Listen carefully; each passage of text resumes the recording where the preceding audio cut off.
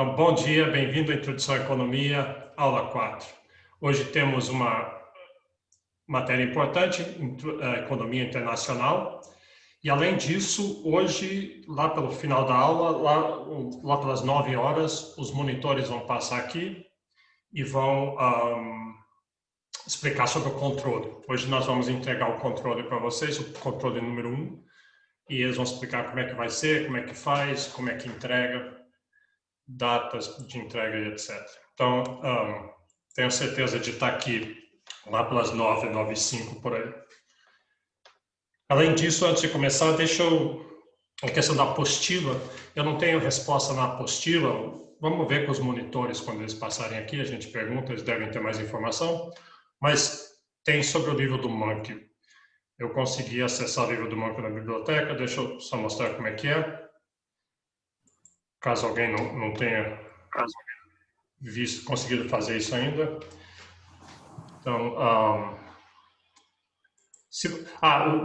o segredo é o seguinte, eu não estava conseguindo aqui no Firefox, que eu uso, mas aí se você...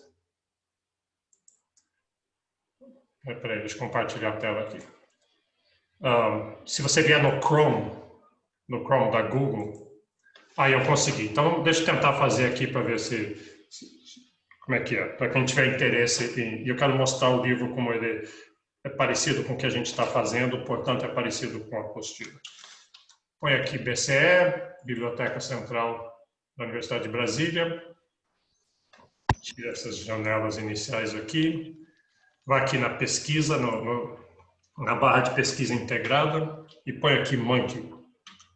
Monkey é o autor desse livro, texto de Introdução à Economia, que se usa muito, que nós usávamos antes em Introdução à Economia, e que a apostila tem muito em comum com ele. Então, vai aqui. Aí ele vai pesquisar. Bom, aí tem vários resultados. O que você está procurando ele tem de microeconomia, de macroeconomia, tem inglês, você tem que achar o Introdução à Economia em português, mas você não quer o livro, você quer o livro eletrônico. Tá. Beleza. Então está aqui, Introdução à Economia, livro eletrônico, e o acesso para você ver no computador, acesso via minha biblioteca. Então, clica lá, você vai ter que botar o seu login, o seu CPF e sua senha. E qual que é o login e a senha? É o que você usa na biblioteca da UNB. Então, se você não tem isso ainda, você tem direito a isso. Você veja lá com a biblioteca como é que se consegue isso aí. Sendo aluno da UNB, você tem direito a isso aqui. Aí você entra lá.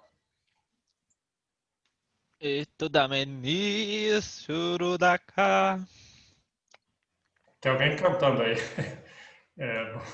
Baixar o microfone. Bom, aí você entra aqui.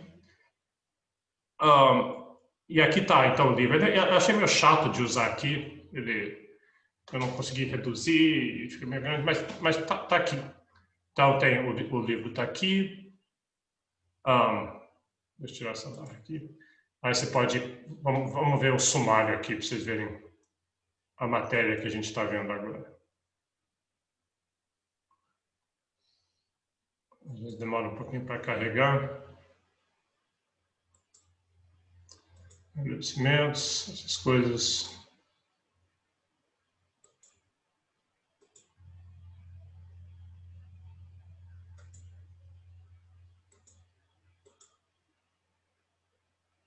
Está aqui o sumário. Então, repara, parte 1, capítulo 1, muitas das coisas que a gente viu, aos princípios de economia aqui, aqueles 10 princípios estão aqui, é isso que a gente viu. Outras coisas como método científico, que a gente viu também, muito rápido. Mas e aqui, vantagens comparativas, a parte que a gente está hoje aqui. Então, inclusive, se você for ver o exemplo que eu vou usar, do agricultor e do pecuarista, é o exemplo aqui. Vamos dar uma olhada lá, página 44. Você pode usar a barra aqui. Comentei. Professor, digitando no chat ali na caixinha ali à esquerda é melhor. Como é que é? Se você descer ali naquela caixinha à esquerda, do lado do botão de arrastar, você já vai direto. À esquerda. Aqui. Aí, ó, 44 aí, ó. Bem Ah, ali, ó. sim. Aí, ó. Ah, Aí é tá. só você digitar. Tá bom. Pode. É só botar o número que você quer, né? Obrigado. Então aqui, ó, vantagem absoluta, a gente vai ver isso agora. Vantagens comparativas, custo de oportunidade, é exatamente o que a gente está vendo. A gente vai fazer exatamente esse exemplo aqui do agricultor e pecuarista. Então, aqui você já consegue acessar, está em português. Mais para frente, tem horas que a apostila vai ficar um pouco diferente do livro. Mas até lá, a gente já resolve a questão da apostila. Ok. Deixa eu pegar os slides.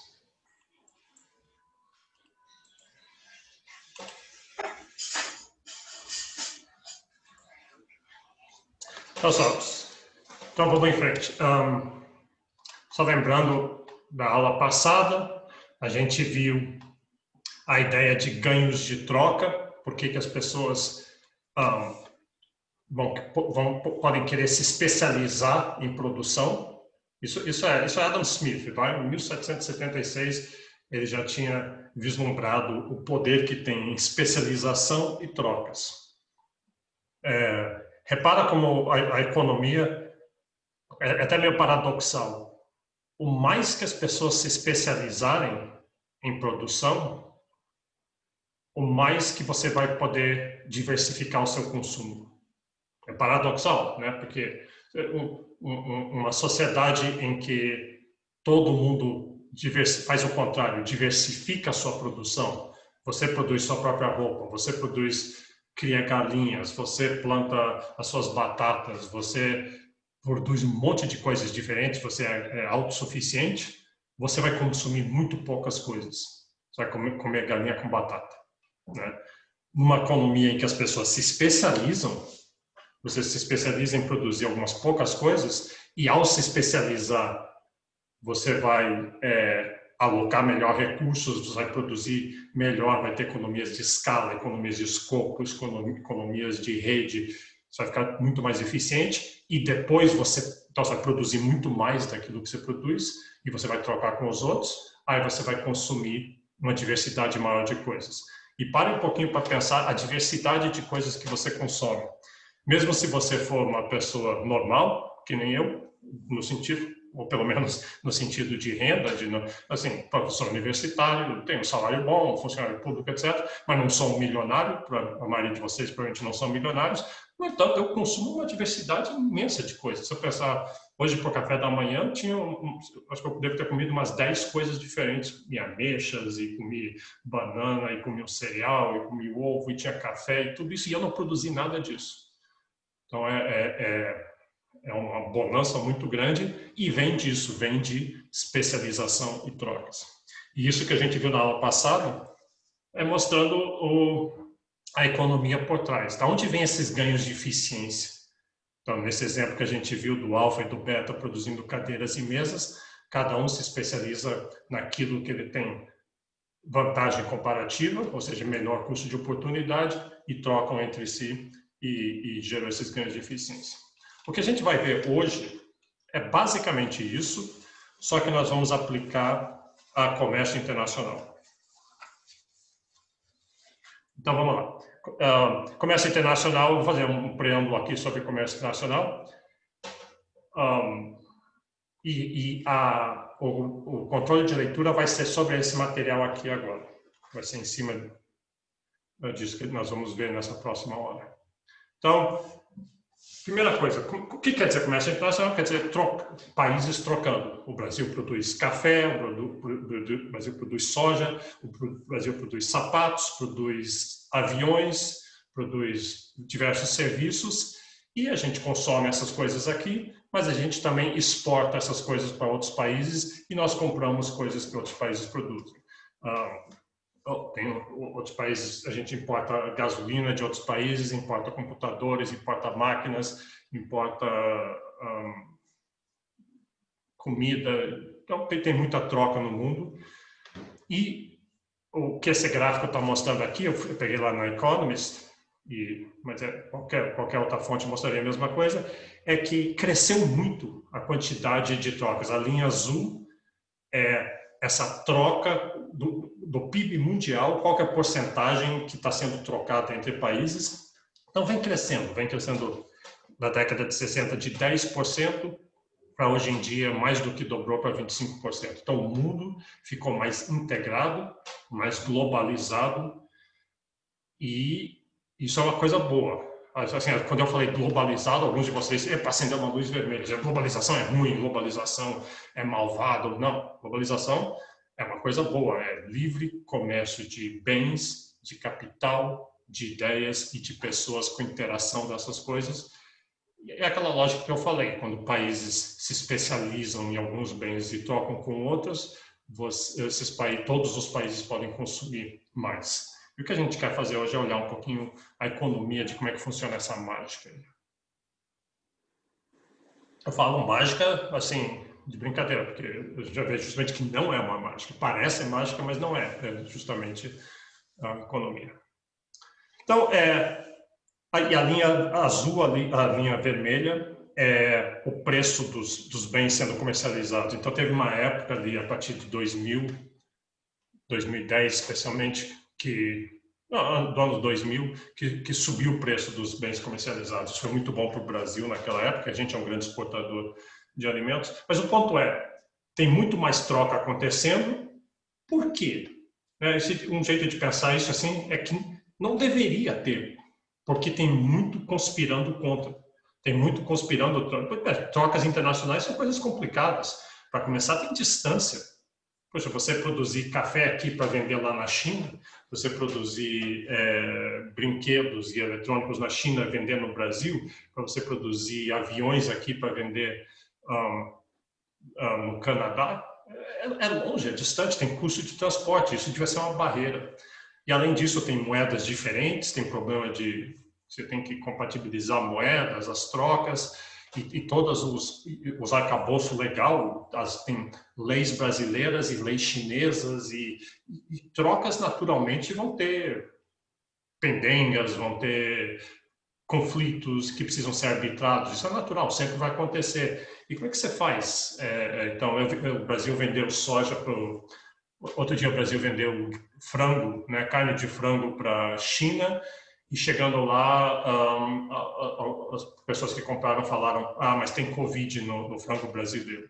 Aí o produtor brasileiro falou, não tem. Aí como é que se arbitra essas coisas? Puxa, fica tão complicado talvez que melhor, vamos desistir desse negócio de comércio internacional. E não, o ponto é que não. Apesar dessas dificuldades, comércio internacional tem tanto potencial de gerar benefícios para todo mundo que ele mais do que compensa esses riscos e esses problemas. Vale a pena tentar. O custo de transporte é um custo, mas o benefício de comércio internacional é tão grande que ele mais do que compensa o custo. Então, a ideia é essa, deve ter alguma coisa de comércio internacional que ele vale a pena e vale a pena passar por cima desses obstáculos. Então, um pouquinho a história do pensamento nessa área. A compreensão, isso que eu falei agora, como a gente vai ver no final da aula hoje, tem uma certa controvérsia nessas coisas que acaba sendo bem ideológico. Quando você trata de países, sempre tem nacionalismo e ideologia no meio, mas é relativamente bem aceito isso que eu falei, que o comércio nacional é um bom caminho para a riqueza, para bem-estar social de todas as populações. É um jogo que não é de soma zero, como está escrito aqui, um jogo que todos podem ganhar. Não é um país ganha e outro país perde. Não, os dois países se engajam em comércio internacional e os dois ganham.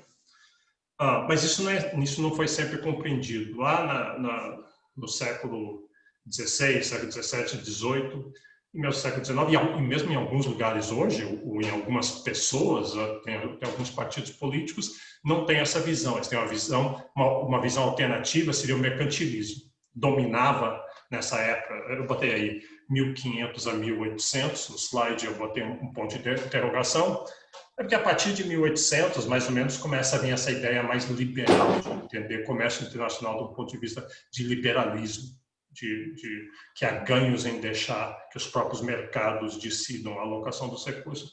Mas eu botei a ponto de interrogação para dizer o seguinte, não, mas tem muita gente hoje, eu acredito, inclusive, muitos de vocês aí devem estar até meio irritados comigo falando essas coisas. Não, isso não é verdade. O livre comércio é ruim, é exploração, os países ricos exploram os pobres através do comércio internacional. Então, mas em geral, acho que está bem aceito isso. O que era o mercantilismo? O mercantilismo era uma visão que dizia o seguinte: primeiro, pensa o que está acontecendo nessa época no mundo. 1500, o mundo está se conectando entre si, está acontecendo uma primeira, não uma primeira, está acontecendo uma onda de globalização, né, os portugueses com as caravelas indo para a Ásia, a colonização acontecendo, a troca de produtos entre Américas e a Europa e a Ásia, então essa interconexão está acontecendo. E então, com essa interconexão, surge essa pergunta: como é que a gente deve, um país, né, pensa assim, como é que a gente, como um país, deve lidar com isso? Vamos estabelecer regras e programas e incentivos. E o jeito que se via era o seguinte, que o que torna um país rico? O que torna um país rico é ouro, é você ter ouro. Então, o que chama de bulionismo. Você quer ouro. Como é que a gente consegue ouro? Bom, o primeiro jeito de conseguir ouro é você cavar na terra e achar ouro. Mas a maioria dos países não tem isso. Na Europa tinha muito pouco ouro, na Alemanha tinha um pouco de prata, alguns outros metais, mas não ouro. Então, um jeito de conseguir ouro é colonização. Você vai para outros países que têm ouro. Então, boa parte da colonização, primeiro no México, no Peru, 200 anos depois no Brasil, em vários outros lugares, ouro. Mas isso também é muito pouco.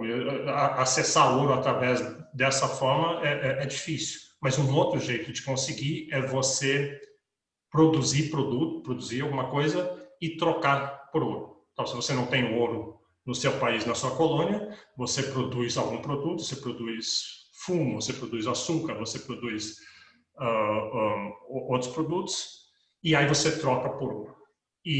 Então, seria a visão mercantilista é soma zero. O ideal seria um jogo soma zero. O ideal, do ponto de vista mercantilista, é nós queremos exportar produtos e receber o ouro, e a gente não quer importar. Importar seria ruim.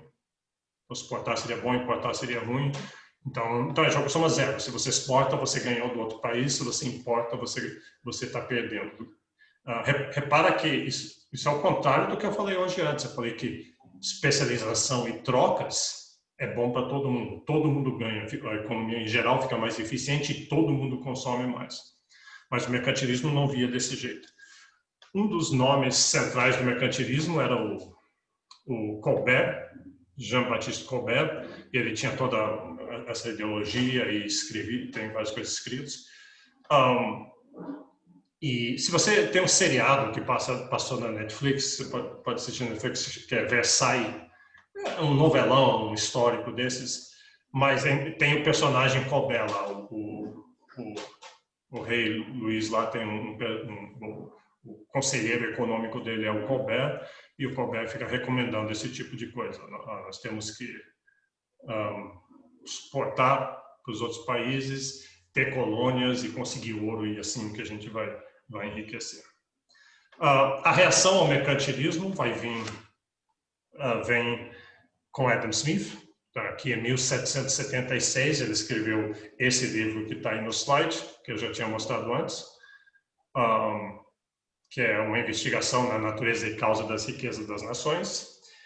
E uma das grandes coisas que ele faz lá é mostrar isso que a gente viu na aula passada, e já estabelecendo intelectualmente essa ideia que a gente vai ver hoje, de vantagens comparativas, que quando as pessoas se especializam e trocam, os recursos são mais bem alocados, gera mais riqueza e suficiente, inclusive, para todo mundo estar melhor do que sem a especialização e sem a troca. Então, esse é o Adam Smith. Essas ideias foram Eu já tinha mencionado o Davi Ricardo, aqui o inglês, o Adam Smith era escocês. O Davi Ricardo levou as ideias mais para frente e até fez um exemplo um pouquinho mais matemático, muito parecido com o que a gente vai ver, sabe? 2 países, 2 produtos, e o exemplo dele era Inglaterra e Portugal. Os dois, repara aqui no gráfico, os dois produzem vinho. Isso é meio esquisito, né? Porque você sabe alguma coisa para a Inglaterra, o sol só sai 10 dias do ano na Inglaterra, então produzir vinho realmente é difícil. Mas suponha, a Inglaterra é capaz de produzir 120 unidades de vinho, Portugal 80, e a Inglaterra produz tecidos e Portugal tecidos. Repara que a Inglaterra produz mais dos dois. É o que eu vou definir daqui a pouco uma vantagem absoluta. Então, diria assim, a Inglaterra não precisa de Portugal. Para que trocar com Portugal se a Inglaterra é melhor em produzir tecidos e vinhos? Mas ele vai e mostra por um exercício que a gente vai fazer muito parecido agora, que se a Inglaterra se especializar naquele produto no qual ela tem vantagem comparativa, lembra o que quer dizer isso? Aquele produto no qual ela tem o menor custo de oportunidade, e Portugal se especializar naquele produto que ele tem o menor custo de oportunidade, e aí então os dois vão estar produzindo produtos nos quais eles são bons de produzir, ou seja, os recursos estão sendo bem usados de uma maneira eficiente, e aí eles trocam entre si e os dois podem consumir mais do que consumiriam se os dois fossem autônomos produzindo só para si. Então, essa ideia aí no século XIX, essa ideia se difundiu, porque nessa época estava havendo uma segunda onda de globalização no mundo. Eu não digo segunda, porque se for para trás deve ter várias, mas estava tendo mais uma onda de globalização, porque a tecnologia de transporte marítimo estava melhorando, lá no final do século vai ter telégrafo, vai ter barco a vapor, etc. Na época que o Brasil começa a exportar café, o próprio Brasil está se integrando nessas correntes em expansão do comércio internacional. E aí surge essa questão na política dos países, na política interna e externa dos países. Então vai ter muita discussão. E um dos primeiros lugares onde esse debate foi muito quente foi justamente lá na Inglaterra e Portugal, de pessoas defendendo livre comércio. O jeito que o Adam Smith chamou isso foi laissez-faire. Laissez-faire em francês, talvez, não sei se ele veio com o termo, mas laissez-faire laissez-faire, laissez-passer. Deixa fazer, deixa passar. Né? Pensa nas alfândegas dos países, estão chegando produtos importados, não põe tarifa, não proíbe a exportação, deixa importar e vamos exportar, vamos fazer as trocas. Então, laissez-faire, deixa fazer as trocas, deixa o mercado funcionar. O contrário disso seria uma coisa mercantilista, protecionista, seria dizer assim, vamos fechar as nossas fronteiras, ou pelo menos vamos botar tarifas nos produtos importados para defender a produção nacional. Então, esse debate, que é o que está, esse severe contest que está aí, essa briga severa de ideias, esse concurso de ideias, ele existe primeiro, existe como um debate intelectual, tipo o que a gente está fazendo aqui, discutindo, alguns de vocês não concordam muito com essas coisas, outros concordam, e é muito controverso, meio ideológico, politizado, mas da onde que vem, no fundo, além da coisa intelectual, pensa na Inglaterra, se você é um produtor inglês, ou se você é um consumidor inglês. Então, se você é um produtor inglês de, digamos, trigo, e você está produzindo trigo, e a Inglaterra começa a importar trigo da França, e suponho que o trigo da França é muito mais barato do que o que você consegue produzir lá na Inglaterra, então você está muito bravo com isso, está muito irritado que estão deixando o trigo francês entrar, e você vai, para os seus políticos, para os seus representantes, você vai fazer lobby, você vai fazer, tentar influenciar a política, vamos proibir, vamos fazer protecionismo, vamos dar uma tarifa grande no produto francês. E você vai argumentar várias coisas, por exemplo, você vai dizer o emprego de vários ingleses, dos meus empregados na minha fazenda, está em risco, porque eu vou à falência, não consigo competir com o trigo francês e vai perder empregos. Então, você vê que aí já começa a ficar politicamente sensível. Por outro lado, pensa que você é um consumidor inglês. Você mora numa cidade, você não tem fazenda, você é consumidor, e você estava consumindo trigo inglês, que é piorzinho, porque lá não sai sol, né, 10 dias de sol por ano, é caro, é ruim, e de repente começa a ser importado o trigo francês, que é muito melhor e muito mais barato. Agora o seu pão está mais gostoso e você está podendo comprar muito mais. E aí vem alguém e diz assim, nós vamos botar uma tarifa no trigo francês. Então, o trigo francês vai ficar mais caro e você não vai poder importar tanto, e agora você vai pressionar seus políticos. Então, você vê que muita gente tenta fazer uma maneira maniqueísta de olhar esse debate como se fosse França contra Inglaterra, Brasil contra China, Estados Unidos contra Brasil. Mas não é, porque se você liberalizar o comércio internacional, tem ganhadores dentro de um país e perdedores dentro de um país. E tem ganhadores de fora e perdedores. Então, não é, se você tentar olhar esse debate do ponto de vista nacionalista, patriota, não vai funcionar, porque não tem respostas fáceis a isso. Então, por que eu botei Economist? Porque Economist é uma grande revista, uma revista de conjuntura, não é uma revista acadêmica. Mano, só ataca ali pro outro lado, velho. É uma revista tipo a Veja, assim, sai toda semana, mas é muito boa. Mas eles foram fundados em 1843, então veja a data aí. 1843 é quando estava acontecendo toda essa revolução de ideias e a revolução dessa integração dos países, então os países tendo que determinar sua política externa. E a Economist, essa frasezinha vem até hoje em toda edição na contracapa, na página 1 ou 2, assim, onde vem aquelas letras pequenas, e fala assim, The Economist, publicado primeiro em setembro, então hoje setembro, nós estamos em setembro, de 1843, para tomar parte nesse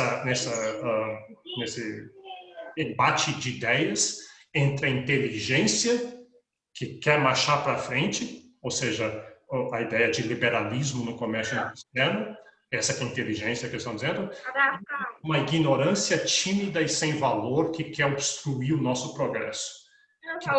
Essa ignorância tímida e sem valor é o protecionismo, você querer o mercantilismo, o protecionismo impedir as trocas. Então, as questões estão sendo bem claros e colocando de maneira transparente a posição dela. Então, se você é leitor do Economist, provavelmente é porque você meio que concorda com essa visão mais liberal do mundo, né? Então, tá. Então, chega desse prólogo aqui. Só tem alguém com o microfone aberto aí. Tome cuidado para fechar o microfone. Então, vamos ver esse exemplo. Vamos fazer um exemplo de vantagens comparativas. Esse é o exemplo que está lá no Monkey. Então, depois leia aquele pedaço. Vai complementar bem isso que eu tô vendo aqui agora. Então, aqueles exemplos bem simplificados. 2 atores, 2 produtos. Então, um agricultor e um pecuarista. O agricultor produz batatas, o pecuarista produz carne. E se vocês quiserem, não está dito aqui, mas pensa assim, o agricultor é um país, o pecuarista é outro. Acho que está mais no contexto que a gente está falando. O agricultor é o Brasil, o pecuarista, ou se quiser, em vez de pecuarista, pode botar o industrial, Estados Unidos, China, quiser. Dois produtores, 2 países e 2 produtos. Então, tem muitos dados já aí na tela. A gente vê que o agricultor, se ele resolver, isso é muito parecido com o que a gente viu ontem, só que agora é o contexto do país. Se o agricultor resolver produzir só carne, ele tem uma certa capacidade produtiva, quantidade de insumos, de terra, capital, trabalho, quantidade de tempo, de esforço, de tecnologia, de habilidade, capacidades, tudo isso suponho que está fixo no país. Se ele usar toda essa capacidade dele em insumos para produzir carne, ele produz 8. Silêncio, que eu estou tentando coisar aqui, estudar.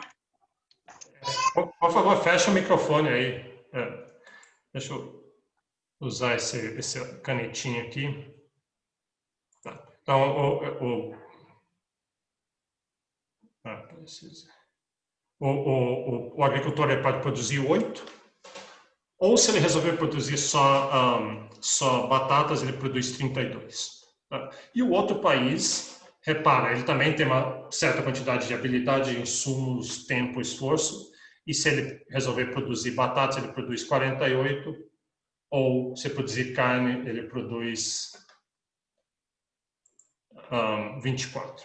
E aí, ou uma combinação linear. Então, aqui eu escolhi um valor qualquer para os dois e botei aqui, o agricultor pode produzir 4 de carne e 16 de batatas.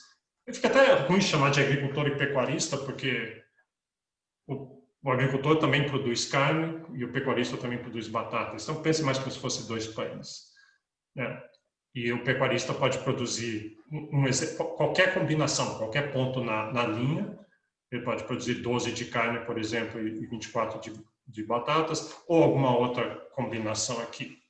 A gente já viu na aula passada que não vale a pena estar abaixo da linha, é ineficiente você estar abaixo da linha, é viável, mas é ineficiente.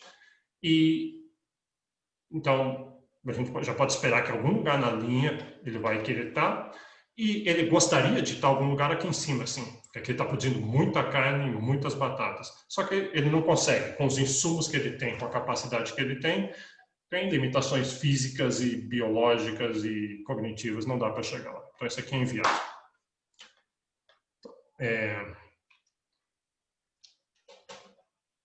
Acho que eu tenho que clear isso aqui.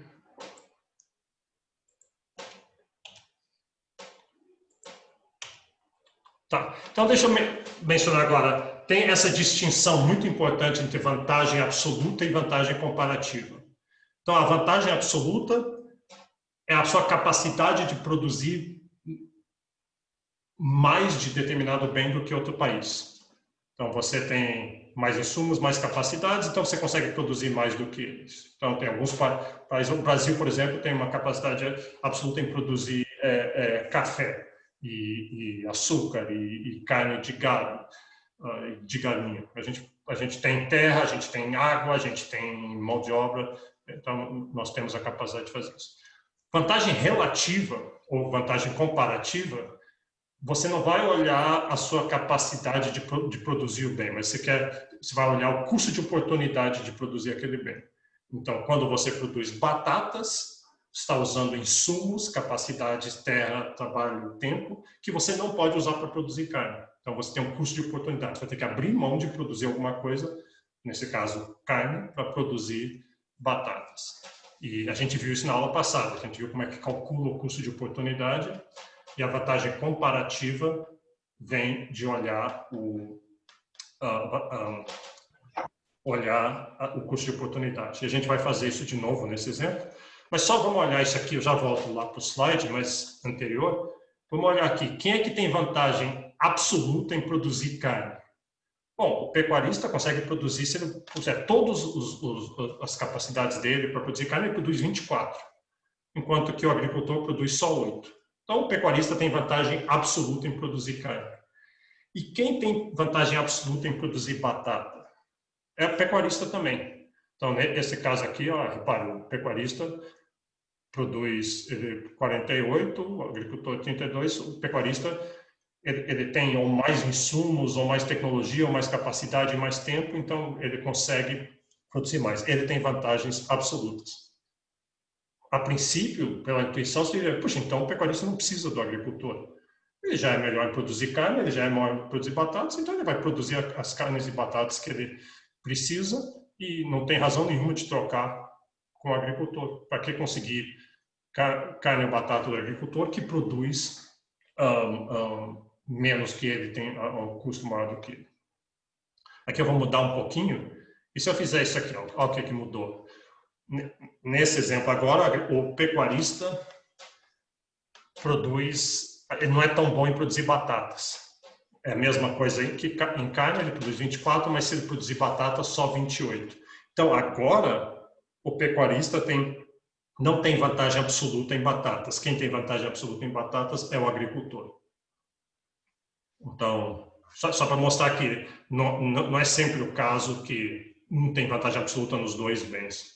Pelo contrário, os países são diferentes, têm condições diferentes, então, geralmente, cada país tende a ter vantagem absoluta em alguma coisa ou outra. Alguns países têm mais capacidade em muitas coisas, outros países têm poucas capacidades em quase tudo, mas mas o que interessa para a gente realmente é a vantagem comparativa. O ponto é, a decisão de quem deve produzir o quê deve, do ponto de vista da gente fazer uma alocação eficiente, não vem de olhar vantagens absolutas, vem de olhar as vantagens comparativas. Então, está escrito ali no terceiro ponto, para encontrar as vantagens comparativas de um país, não adianta olhar as vantagens absolutas. Você tem que comparar os custos de oportunidade. Professor, Diga. desculpa só rapidinho. Então, nesse slide está escrito que a capacidade absoluta é a capacidade de produzir mais de um bem. Então, não necessariamente vão ser mais de um, pode ser só um. Não, está errado isso aí. Foi bom que você Tá. me chamou a atenção. Tá bom, então. Obrigada, professor. Você pegou bem, eu falei errado. É capacidade de produzir mais não é mais de um bem. Não quer dizer capacidade de produzir 2 ou 3 bens. É capacidade de pegar de pelo menos um bem, você produzir mais do que os outros. Então, Entendi. a capacidade Obrigada, de produzir professor. mais de um bem do que outros países produzem daquele mesmo bem. A minha escolha de Obrigada, palavras professor. foi ruim, de fato. Tá bom. Mas aí você pensa assim, poxa, então, mas se eu vou olhar as vantagens comparativas para determinar quem deve produzir o quê, e o que acontece se um país não tem vantagens comparativas em nada? Se ele não tem, ele não tem muita terra, não tem muita tecnologia. Eu podia até citar algum país, por exemplo, que na minha cabeça é mais ou menos assim, mas eu fiz isso um dia numa aula e no final da aula apareceram 2 pessoas e falaram: nós somos desse país que você falou, nós somos meus sentidos com você por ter usado o nosso país como exemplo de um país que não tem capacidades e tecnologia e terra e insumos. Então, não vou falar nenhum país, mas pode imaginar um país que seja assim. Geograficamente, não tem muitas vantagens, historicamente, em termos de educação, de tecnologia, de infraestrutura. Então, como é que faz um país? Repara o quarto ponto. Um país sempre tem uma vantagem comparativa. Pela definição de vantagem comparativa, um país sempre vai ter. Porque lembra o que quer dizer vantagem comparativa? Quer dizer que você tem um menor custo de oportunidade de produzir um bem do que os outros países. E repara, poxa, mas esse país ele não tem muitas capacidades, mas vantagem comparativa é relativo. Inclusive, o melhor que os outros países forem em produzir todos os bens, isso quer dizer que eles têm um custo de oportunidade muito grande em deixar de produzir um bem e produzir outro. Eles vão se especializar naqueles bens que eles produzem bem, e o bem que eles não produzem bem, eles são bons em produzir aquilo. Então, mas eles têm um custo de oportunidade grande. Esse é o negócio, porque eles podiam estar produzindo o outro bem que eles são melhores ainda. Então, pode estar meio confuso isso que eu falei agora, mas vamos ver o exemplo do gráfico e eu acho que vai ficar claro. Mas o ponto a botar na sua cabeça é esse aqui. Todo país sempre tem uma vantagem comparativa.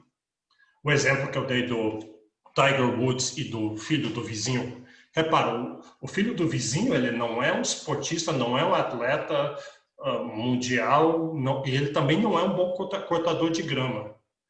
No entanto, o custo de oportunidade dele cortar grama é mais baixo do que o Tiger Woods. O Tiger Woods é um excelente cortador de grama. Só que o Tiger Woods tem um custo de oportunidade muito grande de cortar grama. Por isso, o filho do vizinho vai ter uma vantagem comparativa em cortar grama. Não quer dizer que ele corta melhor do que o Tiger Woods, pelo contrário. Mas quer dizer que o uso alternativo daqueles recursos dele, que ele vai usar para cortar grama, são muito mais menores do que o custo de oportunidade do Tiger Woods. Então, sempre é possível comércio internacional.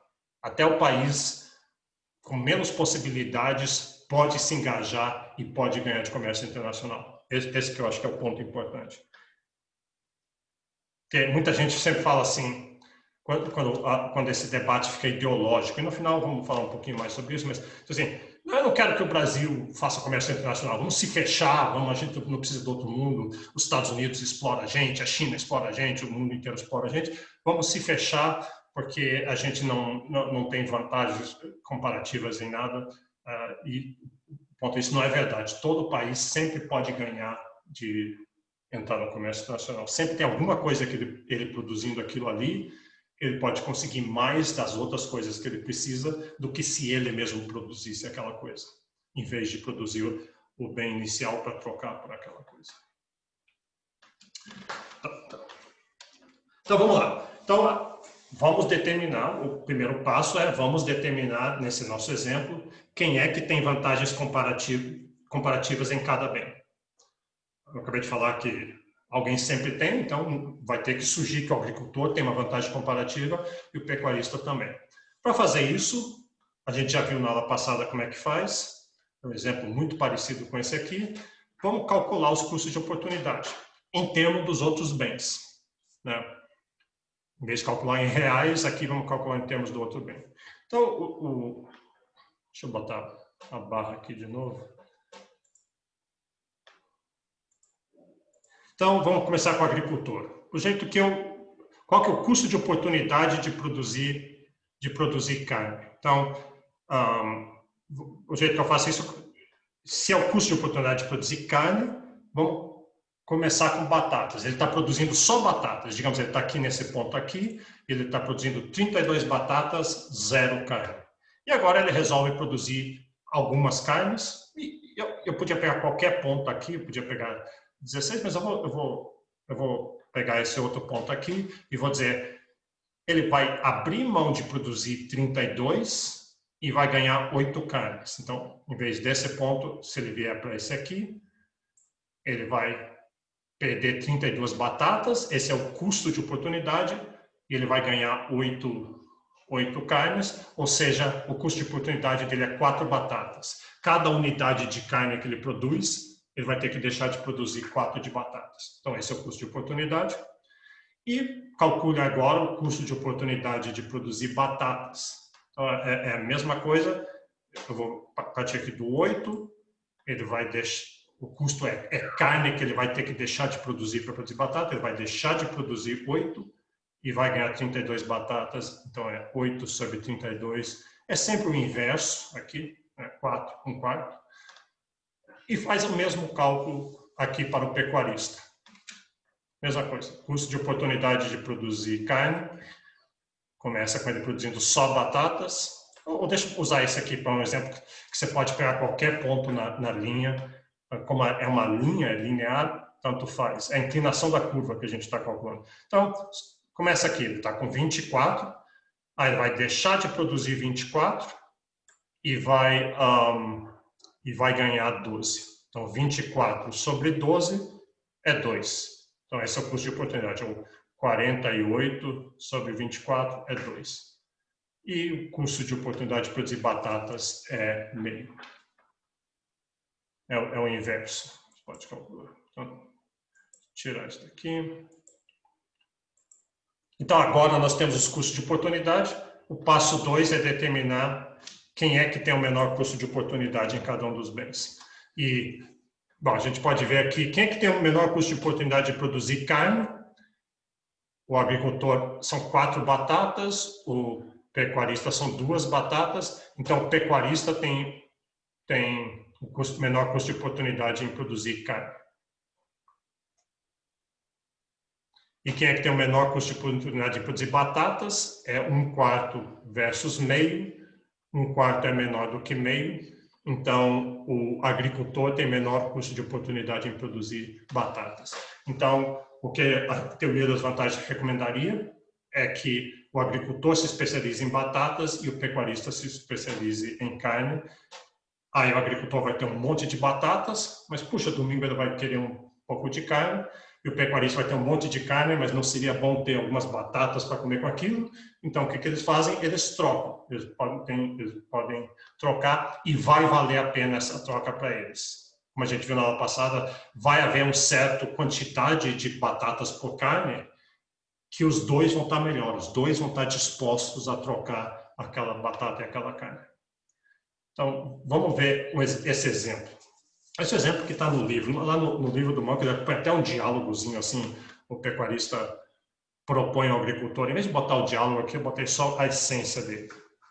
Então, suponha o seguinte, o pecuarista se especializou em batatas, então o pecuarista está nesse ponto aqui, 32 batatas, 0 carne, e o agricultor, e suponha que o pecuarista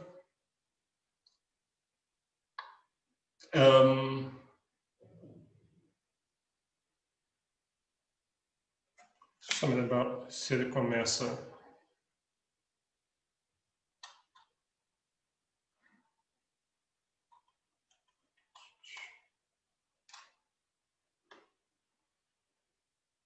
O pecuarista está se especializando em carne. Vamos ver se é isso mesmo. Tá.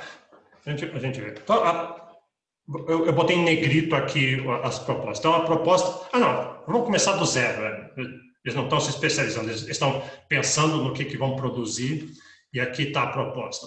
O pecuarista fala para o agricultor assim, você produz 32 batatas e 0 de carne. Isso é viável para você, porque está dentro do seu conjunto de linhas de produção. Eu vou produzir 12 batatas e 18 de carne. O agricultor já começa a ficar assim, peraí, mas eu não quero tanta batata, eu vou produzir carne também porque eu quero uma carne para comer com as batatas. Aí eu pego isso, calma, ouça até o fim, porque no final você vai ver que você vai ganhar também. Então, começa com esses dois pontos aqui, o agricultor aqui no 32,0 e o pecuarista aqui no 12,18. Aí, o segundo passo, aí eles produzem, depois que a produção acaba, o agricultor entrega 15 batatas, 15 toneladas de batata, 15 sacos de batata para o pecuarista, então ele passa de 32,0 para 17,0, e o pecuarista, que estava aqui no 12,18, ganhou 15 batatas, então agora tem 27 batatas e continua com 18 carnes. E aí, para compensar essas batatas que ele ganhou, ele dá 5 de carne, então ele vai abrir mão, ele tinha 18, vai abrir mão de 5 de carne, vai receber 13, ele está nesse ponto aqui, e o pecuarista que estava aqui no 17,0 vai estar no 17,5.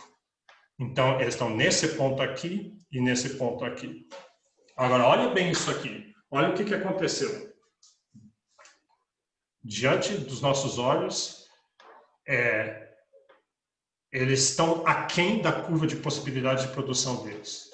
Eles estão aquém da curva de possibilidade de produção. Eles vão consumir mais do que seria possível para eles consumirem, se eles mesmos tivessem produzido tudo o que eles estão consumindo. Então, por isso, me levou a escrever. Então, o que está acontecendo aqui? Mágica. Né? Aconteceu mágica. Você está consumindo mais do que você seria capaz. Mesmo que se fosse perfeitamente eficiente na sua produção, usasse seus recursos da maneira mais eficiente, sem as trocas, você não conseguiria chegar nesses pontos. Os dois chegaram aqui. Então, repara, o jogo soma zero. Se você é meio marxista, se diz, não, mas é claro que o país rico está consumindo mais porque ele está explorando os pobres, ele está explorando os países pobres, e então os países ricos estão consumindo mais do que eles seriam capazes de produzir. Não, aqui não tem exploração. Aqui é um jogo, não é um jogo soma zero, é um jogo soma positivo. Ao jogar, ao trocar, os dois estão melhores. Essa é mágica? Não. É vantagens comparativas, é essa melhor alocação de recursos. O que está por trás disso aqui não é mágica, é que os recursos estão sendo mais utilizados. O agricultor que tem um baixo custo de oportunidade de produzir batatas não está gastando, não está incorrendo esse custo de oportunidade de produzir carne. Ele está produzindo aquilo no qual os recursos deles rendem mais, que é batatas. E a mesma coisa com o produtor de carne. embora ele também estivesse produzindo algumas batatas, eles escolheram esses números como um exemplo. Não necessariamente, não necessariamente essas trocas, esses números é a troca mais eficiente. Deve ter uma alocação que seria a mais eficiente, que daria, sabe, o máximo de consumo para essa sociedade como um todo. Mas o exemplo já mostrou que especialização e trocas geram essas eficiências e todo mundo pode estar melhor. Então tá, então deixa eu discutir isso. Então essa assim, tipo, o exemplo bem caricato do negócio, e países fazem isso, eles fazem isso instintivamente, que nem a gente faz na nossa vida, a gente se especializa. Você provavelmente não faz o seu pão, você não faz a sua cerveja, você não cria suas galinhas. A gente percebe, mesmo até sem pensar, que é melhor você se especializar em algumas coisas e comprar as outras no mercado, que tem pessoas que produzem galinhas a custo muito mais barato do que você. Você pensa assim, por que eu não crio minha galinha? Quanto dinheiro eu vou economizar se eu produzir as minhas galinhas? Não vai, você vai gastar muito mais. Você vai gastar muito mais, porque uma granja que está produzindo aquilo em grande escala e com o uso otimizado da administração dos recursos está com um custo muito abaixo do que você jamais chegaria em sua casa. Então, você instintivamente, não é instintivamente, você olha os preços no supermercado e você vê o preço que seria criar galinhas e você opta por não criar galinhas, você se desespecializa de produzir galinhas e você se especializa em outra coisa em que você pode ganhar mais e daí comprar galinhas a um custo mais barato do que você poderia produzir elas. Mas aí uma coisa, o que eu quero botar agora algumas críticas a esse tipo de... Em que situações que a teoria de vantagens comparativas poderia não valer? E que tipo de críticas pessoas levantaram com relação a isso ao longo do tempo?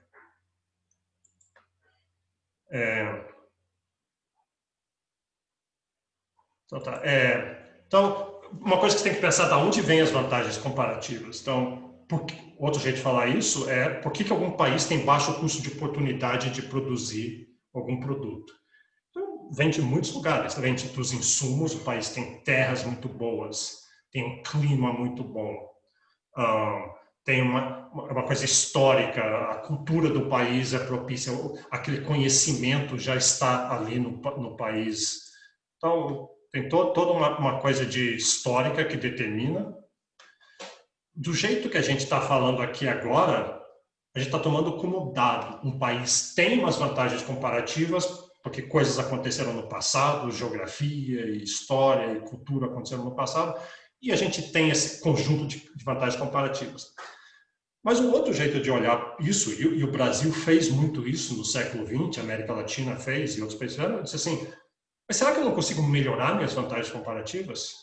Poxa, minhas vantagens comparativas são de produzir produtos agrícolas, produtos minerais, que não geram muito empregos, que não vão gerar avanços grandes tecnológicos. Eu queria ter indústrias, por exemplo. Hoje em dia, ter indústria é coisa de país pobre, na verdade. Né? No século XX, assim, as grandes indústrias eram nos países ricos avançados. Hoje, os países ricos avançados fazem conhecimento, né? Não é indústria. Indústria é Vietnã, é China, é Brasil.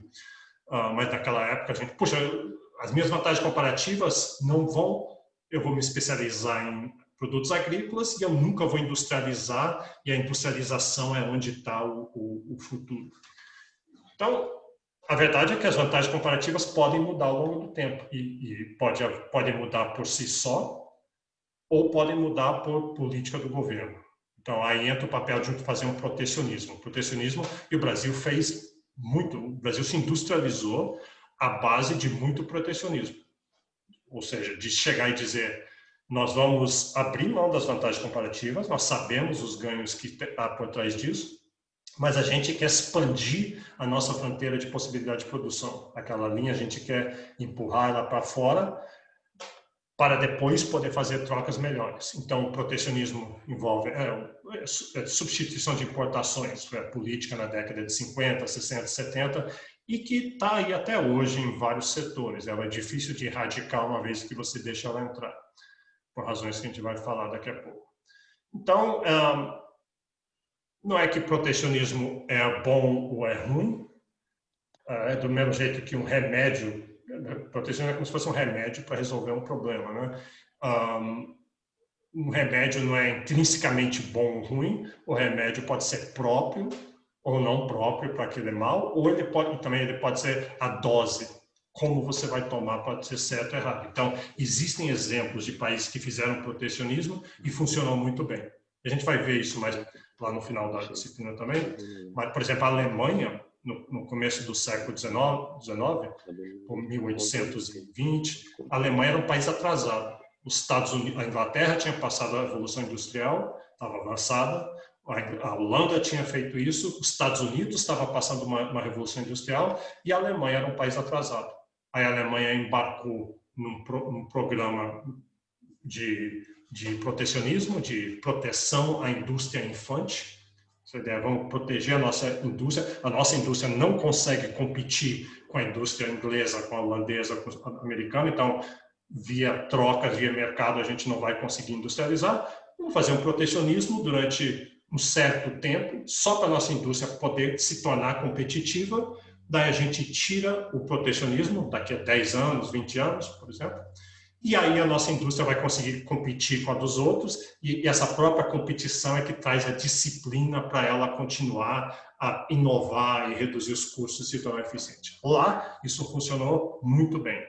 A América Latina fez a mesma coisa, muito olhando ao que a Alemanha fez, ao que alguns outros países fizeram, esse uso que funcionou bem, o uso correto de protecionismo. O Brasil, por exemplo, fez, a partir especialmente da década de 50 e 60, um protecionismo muito pesado, botando tarifas em produtos importados para proteger a indústria nacional, dando subsídios, todo tipo de programa, intervenção governamental para defender a indústria nacional. E a indústria nacional, de fato, cresceu. O Brasil deixou de ser um país essencialmente rural, primário exportador, e se tornou um país industrializado. Só que, na hora de você tirar o protecionismo e dizer assim, pô, agora já tem uma indústria nacional sedimentada, indústria automobilística brasileira, de metais e química e elétrica, agora vamos abaixar aos poucos o protecionismo para deixar a competição, que essa competição é benéfica em termos de dar incentivos de inovação e de melhoras, mas o problema é que você não conseguiu tirar o protecionismo. A classe empresarial brasileira que foi defendida, né, os donos do capital, se você quiser chamar assim, que receberam essa proteção, os donos da indústria nacional, começaram a ter lucros altos, justamente não é porque eles eram eficientes, mas porque, com proteção, sendo protegido, não é tão difícil você ter lucros altos, e eles usaram isso para, via o processo político, impedir que o protecionismo fosse tirado. Então, até hoje existe a indústria automobilística nacional brasileira, ainda tem muita proteção contra o comércio internacional. Você não consegue comprar um carro, importar um carro direto do Japão, direto dos Estados Unidos. Você até compra um carro importado, mas tem todo um processo difícil, existe essa proteção. Então, tem todas essas questões, essas dificuldades que alguém pode discutir. Um dos argumentos que tinha a favor de fazer esse protecionismo é o que chamava dos termos de troca. Era o seguinte, você dizia assim, pensa lá no Brasil na década de 50. O Brasil exporta muito café, açúcar, minério de ferro, produtos primários, produtos exportadores de baixa tecnologia, etc. Alguém falou, o pensamento foi o seguinte, mas então vale a pena, pela teoria das vantagens comparativas, a gente continuar se especializando nesses produtos, café, minério de ferro, e comprar automóveis, comprar computadores, comprar produtos industrializados em troca dos nossos produtos agrícolas. Mas se a gente fizer isso, a gente vai se dar mal ao longo do tempo, porque os termos de troca, o preço dos produtos importados relativo aos produtos exportados, vai aumentar ao longo do tempo. A gente vai ter que produzir cada vez mais café para comprar os mesmos produtos industrializados, porque os termos de troca seriam declinantes. Esse era o grande argumento que se fazia na época. A CEPAL, existe até hoje lá no prédio do BNDES, tem a CEPAL, que é o escritório da América Latina o escritório das Nações Unidas para a América Latina, defendia muito essa ideia de que os termos de troca são declinantes ao longo do tempo. Países que exportam produtos agrícolas vão ter que fazer um esforço cada vez maior para produzir produtos, para trocar pelos mesmos produtos industrializados.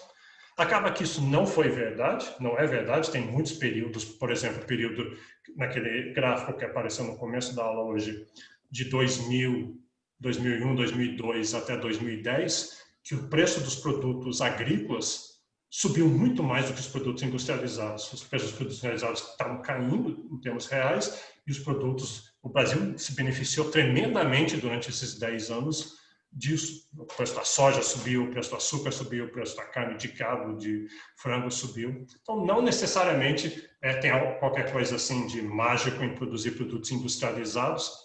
Como eu falei, hoje, produtos industrializados, normais, assim, não é grande vantagem. Os países desenvolvidos nem querem se especializar nisso, porque envolve... os preços não são... não compensam tanto e envolve poluição e questões trabalhistas. O chique hoje é justamente produtos de conhecimento. Bom, deixa eu ir para frente aqui. Os monitores, já vou abrir para os monitores. Deixa eu... O que eu quero fazer só nesse restante é seguir a apostila, que a apostila diz assim: existem outras teorias de comércio internacional. Só que ele só vai mencionar umas 2 ou 3, então eu acho que não é aqui não é tão importante. No curso de introdução à economia, eu não vou entrar na teoria de Heschel ou Lynn Samuelson para argumentar, isso é para seu conhecimento. Só para você não sair dessa aula dizendo assim, poxa, esses economistas acham que é tudo vantagem comparativas. Não, tem várias outras formas de olhar. Essa teoria de dotação de fatores, ela é uma extensão, na verdade, de vantagens comparativas. O que ela faz, ela diz assim,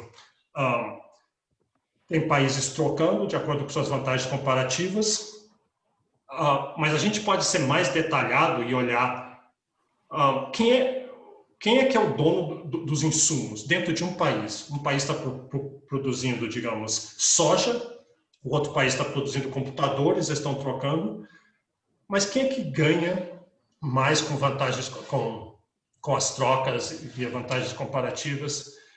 É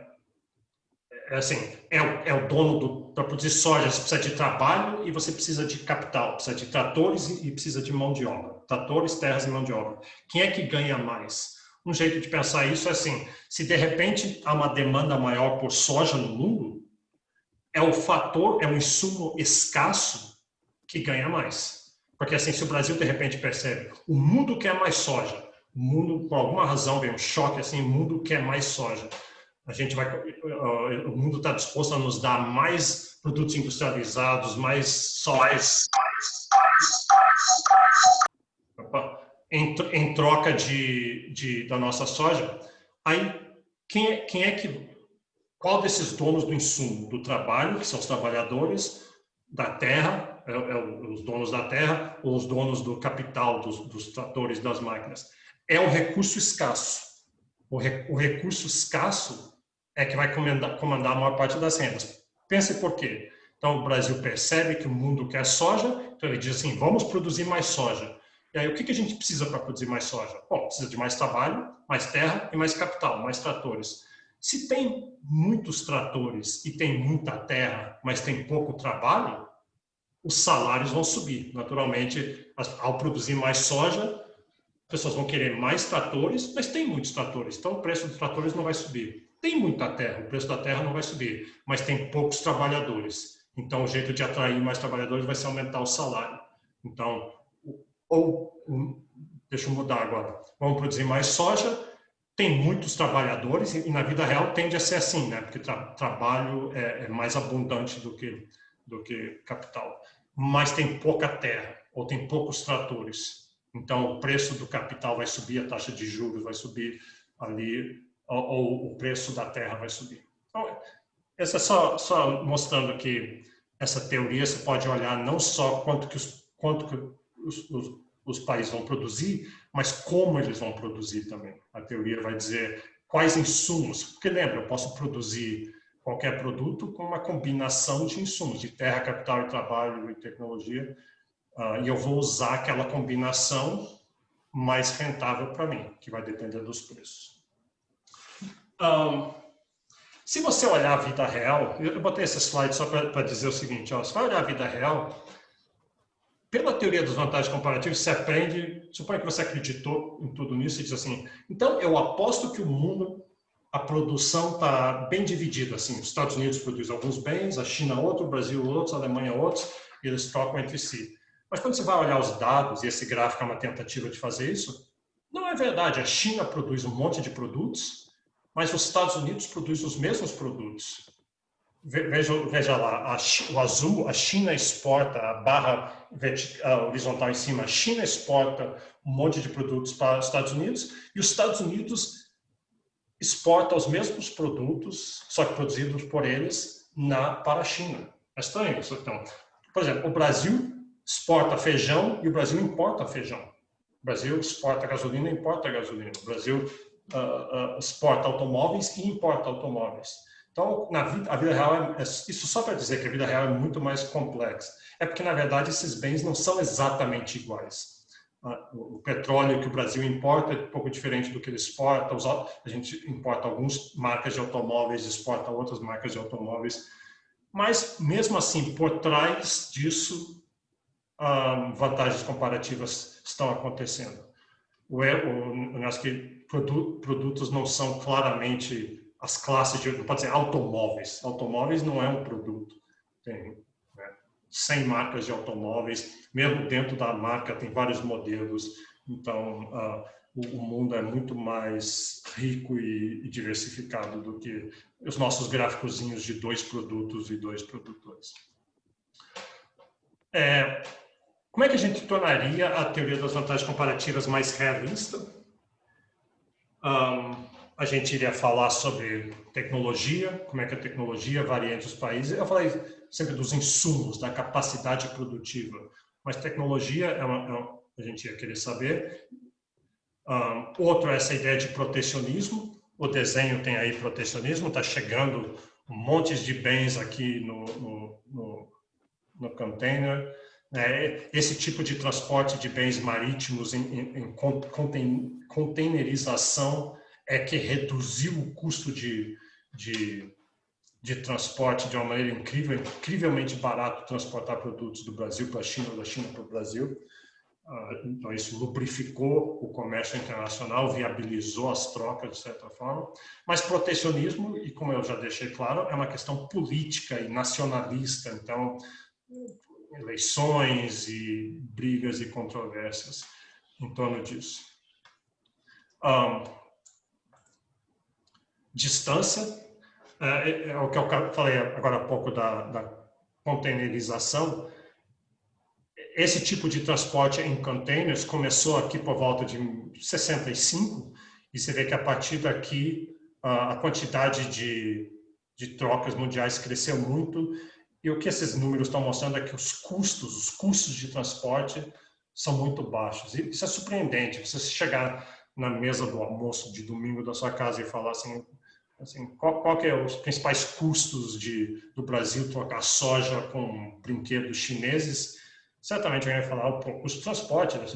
Soja é pesado, tem que ser transportado, é perecível. Como é que você faz? Mas não é verdade. O custo de transporte é o de menos. Outra coisa é que cada vez menos o mundo é um mundo palpável, né? A gente sempre vai trocar soja e automóveis, mas cada vez mais são produtos digitais. Muitos produtos concreto, sei lá qual é a palavra correta, acabam sendo substituídos por produtos digitais. Cada vez se usa menos papel. O seu telefone substituiu umas 20 máquinas antes que eram transportadas por navio. Agora não precisa porque o seu telefone faz todas elas. Então, isso, o comércio internacional está mudando muito. A internet, então, para esses bens, a internet reduziu o custo de transporte a zero, a distribuição a zero. Então, está tudo mais variado. Então, existem teorias. Se você não gostou da teoria de vantagens comparativas, esses economistas são muito simplistas, eles acham que o mundo é simples. Não, eles não acham. No curso de introdução à economia, a gente vai apresentar essa teoria como a principal de uma maneira muito simples, mas o pessoal que estuda, em particular, economia internacional, tem modelos e abordagens e testes empíricos muito mais sofisticados sobre isso.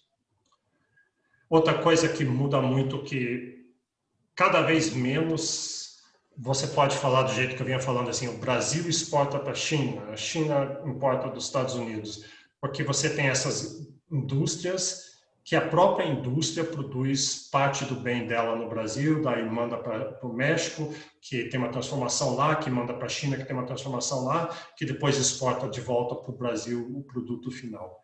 Esse comércio intra-indústria complicou muito relativo a essas teorias, né? Fica difícil dizer, esse produto foi produzido no Brasil, esse carro foi produzido no México. Não é claro. Tá. E essa ideia de monopólio e poder de mercado também é outra questão. Muitos desses produtos têm monopólios. Monopólio quer dizer, a gente vai estudar mais para frente, mas só um país, só uma firma que pode produzir aquilo, e aí isso gera umas complicações. Não é muito importante entrar nisso agora. Tá, eu vou fazer o seguinte, eu vou parar aqui. Tem alguns detalhes, seguindo a apostila, a teoria de ciclo de vida e algumas outras coisas a conversar. Vou deixar para a próxima aula e deixo eu abrir aqui primeiro para perguntas, dúvidas e depois eu vou chamar os monitores para explicar o controle de leitura. Então, alguma pergunta, alguma dúvida, algum comentário sobre essa aula? Inclusive, se você quiser, é engraçado que alguns anos atrás, eu diria mais do que alguns anos, uns 15 anos atrás, nessa aula aqui, invariavelmente teria alguém que ia vir com uma pergunta, um comentário bem, botando uma posição assim, porque esse tema, o que eu estou querendo dizer é que esse tema é muito controverso politicamente. Para a geração dos seus pais, isso aqui era muito controverso, porque envolve essa questão nacionalista e de países exploram os outros ou não exploram. Desde aquele negócio da Economist que eu falei, que já havia esse debate político e ideológico em torno disso. Então, tem muita gente que assim, acha que o Brasil tem que botar tarifas, tem exploração das firmas internacionais no consumidor brasileiro, a gente tem que fazer, tem que impedir isso, e tem gente do outro matiz dizendo não, tem que deixar trocar, trocas são a fonte de riqueza. Então, mesmo se alguém quiser falar algo sobre isso, pode falar. Ou qualquer outra pergunta. Você poderia explicar de forma bem resumida sobre o comércio intraindústria e intraempresa? Bem resumido. Tá bom. É só que hoje em dia, com essa facilidade de transporte e globalização, você tem firmas que elas são multinacionais. A gente fala assim, uma multinacional americana, uma multinacional chinesa. Mas, na verdade, ela quase não tem país. A sede dela pode estar em algum lugar ou em outro, mas ela tem fábrica em 10 países diferentes. E, às vezes, compensa para ela, em vez de produzir o produto. A Volkswagen tem fábrica na Alemanha, tem nos Estados Unidos, no Brasil e no Japão. Então, ela vai produzir carros em cada lugar desses. Sim, mas, às vezes, ela nota assim, o processo de montar um carro, produzir um carro, deve ter 1000 etapas. Essas 30 etapas é mais barato fazer no Brasil, porque elas envolvem muita mão de obra, e no Brasil mão de obra é mais barato. No Brasil tem alguns insumos que é mais barato acessar lá. Aí, então, eles fazem essas 30 etapas da produção de um carro, de todos os carros que vão ser vendidos nessas filiais diferentes, são produzidos no Brasil. Aí o Brasil manda, ele está exportando, não um carro, está exportando um carro semi-montado, um pedaço de um carro montado, exporta para o México. E lá o México monta outras partes, depois exporta para a China monta outras partes, e no final vai para cada um dos países onde eles fazem um acabamento típico que aquele consumidor daquele país gosta. Aí no final você chega assim e diz, esse carro foi produzido aonde? Aí diz assim, é Volkswagen, foi produzido na Alemanha. Não foi produzido na Alemanha. Foi produzido no Brasil, no México, na China e em vários outros lugares. Então, o ponto é que fica muito mais difícil essa visão simplificadora de comércio internacional, como dizer, o Brasil produz café, a China produz brinquedos e eles trocam. É uma simplificação. O mundo é muito mais complexo. Mas mesmo com essa complexidade, o que eles estão fazendo é explorando as vantagens comparativas. Vamos fazer as etapas da produção desses carros, desses produtos, nos lugares que têm as vantagens comparativas naquelas etapas. Né? E esse comércio, esse baixo custo de transporte, em parte, viabilizou isso. Ok, muito obrigado. Mais alguém? Mais alguma pergunta? Então, deixa eu abrir Professor, diga, pode falar. eu sempre escutei que a globalização tinha aumentado a desigualdade social no âmbito mundial. Isso não é verdade, então? Globalização, hoje em dia, nem tanto, mas há algum tempo, alguns 10 anos atrás, sempre era tido como assim, a fonte de todos os males. Né? Em Porto Alegre tem um encontro anti-globalização, as pessoas iam lá e o ponto alto era pegar tijolo e jogar na vidraça do McDonald's. Né? O McDonald's representa o vilão da globalização, o capital internacional malvado. A globalização aconteceu em várias ondas no mundo. Então, o que é globalização? É interconexão maior entre os países. Interconexão de quê? De ideias. Então, isso é bom, né? É bom porque se alguém tem uma ideia genial para produzir alguma coisa ou para entender alguma coisa no Vietnã, é muito bom que ela chegue no Brasil, que não tenha barreiras. Então, ideias, todo mundo concorda mais ou menos. Não, todo mundo não. Ditadores não gostam de ideias vindo, né? O cara da Coreia do Norte não quer ideias de liberdade de fala e outros tipos de liberdades na Coreia do Norte. Então, tem gente que pode querer bloquear ideias, geralmente ditadores. Mas capital, é bom que globalização envolve capital, então vem capital dos Estados Unidos para o Brasil, produzido no Brasil, capital brasileiro. A Vale, por exemplo, produz minério no Canadá, então é bom que tenha isso. De novo, tem gente que não gosta, acha assim, o capital explorador, o capital explora mão de obra, rouba os países, e certamente tem evidências disso, especialmente na colonização, essa era a ideia de colonização mais ou menos, mas hoje tem grandes questões. O que o Brasil mais quer é que capital externo venha para o Brasil. A gente vai ver isso mais para frente. Mas você sabe quem é que mais quer isso no Brasil? Vocês. Vocês, jovens universitários, que daqui a 4 anos vão estar no mercado de trabalho, tem cada vez menos empregos, e oxalá que nesse ínterim entre muito capital chinês e capital europeu e capital americano e mexicano e argentino no Brasil, para fundar empresas, para gerar empregos e para gerar atividade econômica. Né? Claro que um país tem que estar vigilante, ter certas regras e regulações para impedir capital nocivo que possa vir. Não, mas não vai querer barrar todo o capital por causa disso. Então, capital e pessoas. Imigrantes, você quer imigração. Tem muita. Aqui no Brasil a gente não liga muito para a imigração, mas num país como os Estados Unidos, isso é uma briga ferrenha de mexicanos brasileiros indo para os Estados Unidos. Donald Trump se elegeu em cima dessa posição ideológica. No Brasil tem bolivianos que vão para São Paulo, venezuelanos que entram em Roraima, mas por enquanto a gente não liga muito, porque não afeta o emprego de muitas pessoas. E imigração é bom. Imigração, quer dizer, é bom, pode ser ruim. Imigração traz pessoas, traz ideias, traz diversidade. Países que têm imigração têm uma cozinha muito melhor do que países que não têm. Por exemplo, a Inglaterra era sempre famosa por ser um país com cozinha bem insossa, bem ruim. Mas hoje em dia você vai para a Inglaterra, você é surpreso em Londres, melhor comida do mundo.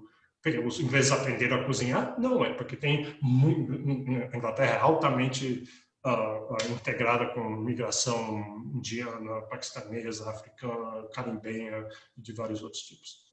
Então, globalização em si, eu acho bom, mas globalização, a sua pergunta era sobre desigualdade, gerar desigualdade.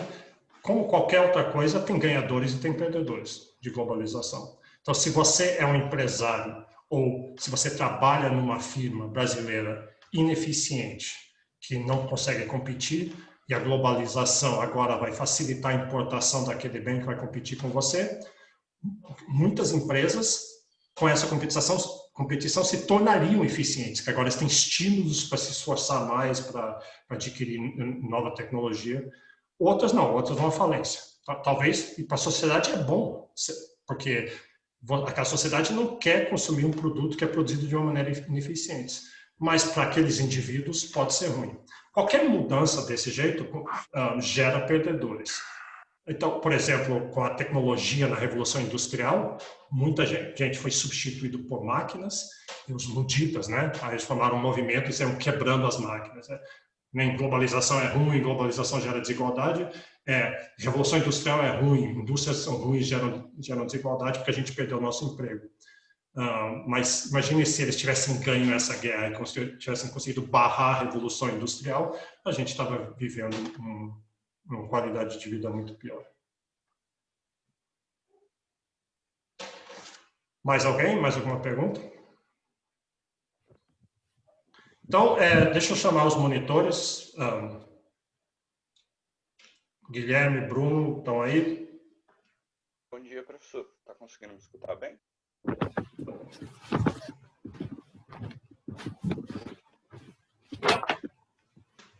Professor? Sim, pode falar. Ah, tá. Achei que não estava me escutando. Bom dia. Você vai precisar... Deixa eu abrir aqui para você poder compartilhar, se você for mostrar alguma coisa. Não, professor. Não vai ser necessário mostrar nada tá bom. Okay. Hoje, não. Bruno. Então, bom dia, alunos. Hoje eu vim aqui falar um pouco sobre o controle de leitura com vocês. Como a gente tinha mencionado naquele primeiro encontro no início do ano, ficava a critério do professor escolher como seriam feitas essas avaliações fora da prova, e o professor Bernardo, juntamente comigo e com o Guilherme, decidiu a aplicação dos controles. O primeiro controle será enviado ainda hoje para vocês, e como que vai funcionar? Será enviado um PDF no e-mail de todos vocês, então é muito importante que todos vocês estejam cadastrados no grupo de e-mails. Se alguém não está recebendo os e-mails da monitoria, por favor, deixar o e-mail aqui no chat para eu poder adicionar. Então, nós vamos enviar um PDF para vocês com as perguntas desse controle. E vocês terão até sexta-feira, ao meio-dia, para enviar de volta a resposta desse controle por meio de PDF também. Certo? Alguma dúvida até aí? Beleza. Eu tenho uma dúvida. Pode perguntar. Depois que fizer o controle, envia via e-mail também? Pelo mesmo e-mail que eu recebi? Isso que eu iria falar agora. Tá. Tudo bem. Certo, Anelisa. Eu vou te adicionar. Então, para não ocorrer nenhum tipo de problema, porque, como todo mundo sabe, o Gmail, né, ele é dividido por várias pastas, então às vezes você recebe um e-mail e joga para uma pasta aleatória. Então, para não ocorrer do e-mail que você enviou se perder e causar algum problema, o que eu vou pedir para vocês fazerem?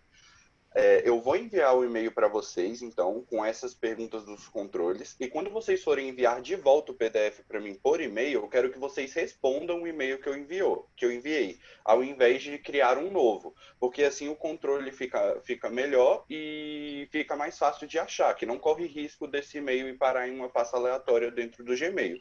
Então, como eu vou mandar para todo mundo, lá no Gmail, lá embaixo, se eu não me engano, vai ter duas opções. Vai ter responder a todos, onde todo mundo vai ver que você vai ver a mensagem que você enviar, e tem como responder direto para o administrador, que sou eu e o Guilherme. Então, de preferência, enviar só para colocar a opção responder somente ao administrador. Tudo bem até aí? Então, eu vou mandar um e-mail, eu quero que vocês enviem o controle de volta como resposta ao e-mail que eu enviar, para não correr risco de ter nenhum problema quanto ao controle. Tudo bem? Beleza. Eu tenho uma dúvida também. Pode perguntar. Esse formato ele pode ser digitalizado ou escrito? Pode ser escrito também. As respostas. Pode ser da forma que você preferir. Somente peço que, se for escrito, tomar cuidado na hora de digitalizar, ter certeza de que tudo está correto, porque não é possível ter correção, né? Principalmente por ser digitalizado. Então, só deixar a letra legível mesmo, ver se não tem nenhuma sombra ou algo do tipo, mas fica a Certo. critério de vocês. Ok, obrigado. Outra questão também. Vocês têm até estritamente meio-dia para enviar, porque logo depois que acabar esse prazo, a gente já envia o gabarito para vocês já terem uma noção de quanto vocês tiraram. Então, depois que o envio do gabarito é feito, não tem mais como a gente receber nenhum outro controle, mesmo que seja 30 segundos depois que o gabarito tenha chegado. Então, enviar estritamente até sexta-feira, meio-dia. Tudo bem? Gui, você tem alguma coisa para acrescentar?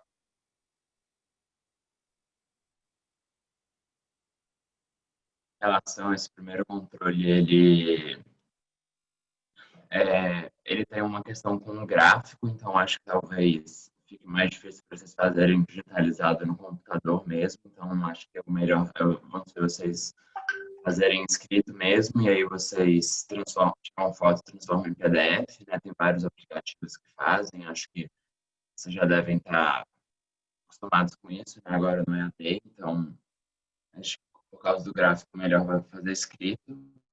E estão perguntando sexta agora, então essa sexta, dia 4/9, a gente vai mandar tudo certinho no e-mail, mas seria essa sexta, vocês vão ter 2 dias. A gente quer, a Ana Luísa perguntou se é digitalizado, o melhor seria digitalizado, então você vai faz no seu caderno, e aí foi o aplicativo que eu uso também, o mesmo que o Luiz falou, o Cam Scanner, você vai tirar uma foto, ele já vai ajustar um pouco a luz para facilitar a gente conseguir ler mais fácil e aí transforma em PDF, aí vocês mandam para a gente o PDF. Sobre isso que o Gui falou sobre o gráfico, para quem realmente não quiser fazer manuscrito ou ficar com medo de não ficar legível, alguma coisa do tipo, uma alternativa é vocês fazerem o gráfico pelo Paint, que lá tem as ferramentas, né, as retas, então é super tranquilo fazer por lá, para quem quiser fazer digitalizado. E aí você faz lá no Paint e importa essa imagem para o documento do Word e envia via PDF. Também pode ser. Luiz, então, sobre essa questão do programa, porque eu não entendi direito. Ele é um programa que faz o gráfico, mas na hora que você for colocar no Word, ele vai como uma foto ou vai ser um arquivo diferente? Porque se for um arquivo diferente, pode ser um pouco estranho. Peraí, que eu estou abrindo o chat. Então tudo bem. Pode usar, então. Sem problemas. Então fica a critério de vocês, o que vocês preferirem, ou manuscrito ou PDF mesmo digitado. Alguma dúvida? Eu tenho uma dúvida. Eu devia ser capaz de responder isso, mas só para ter certeza. São 5 controles e no final a gente vai usar a nota de 4, não é isso? Isso mesmo. São 5 controles e aí a nota do menor vai sair no final. Então, mesmo que aconteça algum problema, tanto é que não tem como repor controles, tá, gente? Então, por exemplo, vocês perderam 2 controles, não tem como ter essa reposição, exatamente porque a monitoria trabalha com 5 controles, mas só vai a nota dos 4 maiores. Então, vocês já têm um controle extra já para caso ocorra algum problema. Só peço que me enviem de novo, gente, aqui no chat agora, quem falou que não está recebendo os e-mails, ou alguém que está recebendo um e-mail duplo, ou alguma coisa do tipo, por favor, para eu poder adicionar para não ter nenhum problema. Então, só lembrando, até sexta-feira, meio-dia, da forma que vocês preferirem, e não esqueçam, respondam o e-mail que a gente enviar para ocorrer uma organização melhor. Ô, Bruno, só para confirmar, tipo, quem resolver fazer à mão e depois for digitalizar, precisa colocar as perguntas ou pode só indicar o número das questões e colocar a resposta? Não, pode só indicar o número das questões, não precisa copiar, não. Pode só indicar o número das questões e digitalizar. Sem problema.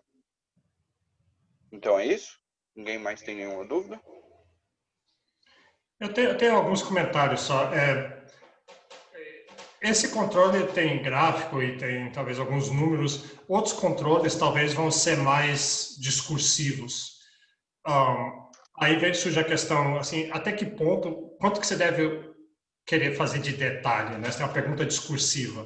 Você vai fazer uma linha, um parágrafo, 5 linhas. Tem gente, às vezes, que fica pensando assim, o mais comprido que eu fizer, o melhor que vai ser. Você vai ganhando mais notas ou mais páginas que vai escrevendo.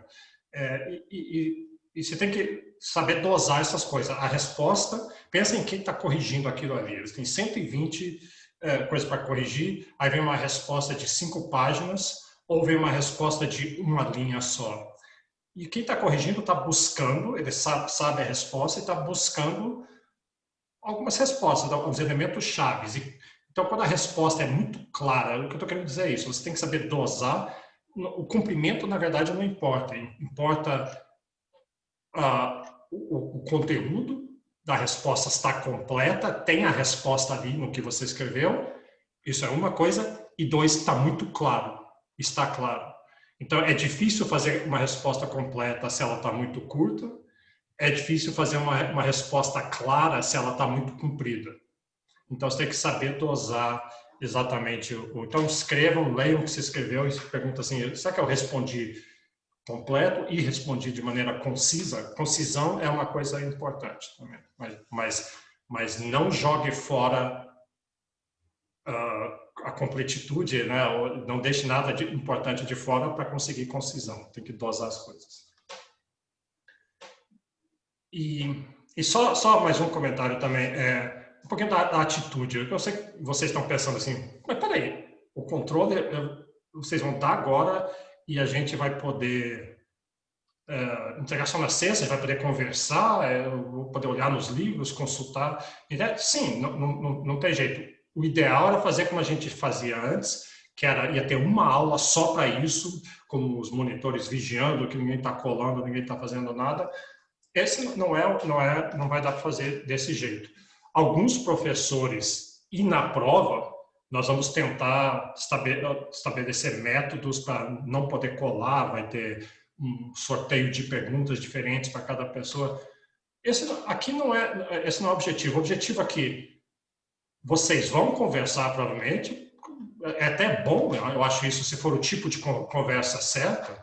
O tipo de conversa certa é dizer, você liga para o seu amigo e fala, o que você achou dessa pergunta? Eu acho que é assim, eu acho que é assim. Esse é o melhor jeito para aprender. É muito melhor do que você fazendo sozinho. Mas a conversa errada é você chegar e dizer, me dá a resposta aí, eu vou botar do mesmo jeito que você botou, mudar um pouquinho para ninguém poder perceber.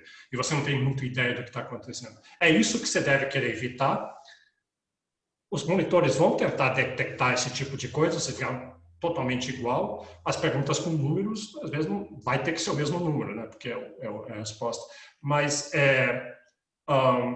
mesmo o que devia evitar que você fizesse isso é que é ruim para você. O controle é um jeito, é bom para você aprender, ele ajuda a focar você no que é importante. Esse exercício de fazer um controle ajuda a internalizar a informação.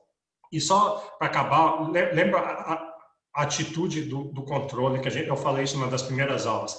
A ideia do controle é ajudar vocês, porque a natureza da prova via múltipla escolha é um negócio cruel, porque múltipla escolha, como eu falei, elas sempre são um pouquinho subjetivas, mesmo quem estudou, quem sabe a matéria, às vezes pode escorregar em múltipla escolha. Então, o controle é uma ideia de ajudar. A minha expectativa é que a maioria das pessoas vai tirar notas muito boas no controle e essa nota vai ajudar você no final, para a sua nota final. Então, a atitude é essa, né? Sim, vocês vão conversar, vocês vão consultar, esse é o processo. Mas eu peço para vocês, realmente tente pensar no assunto, porque esse é o tipo do problema que vai reaparecer na prova. Em outras formas, mas vai aparecer. Vantagens comparativas sempre caem na prova, porque é uma coisa importante e dá para fazer perguntas de provas fáceis sobre ele. Não pergunte de prova fácil. Dá para facilmente fazer perguntas de prova. Fazer provas é uma coisa muito difícil. Então, professores procuram perguntas que funcionam bem em prova.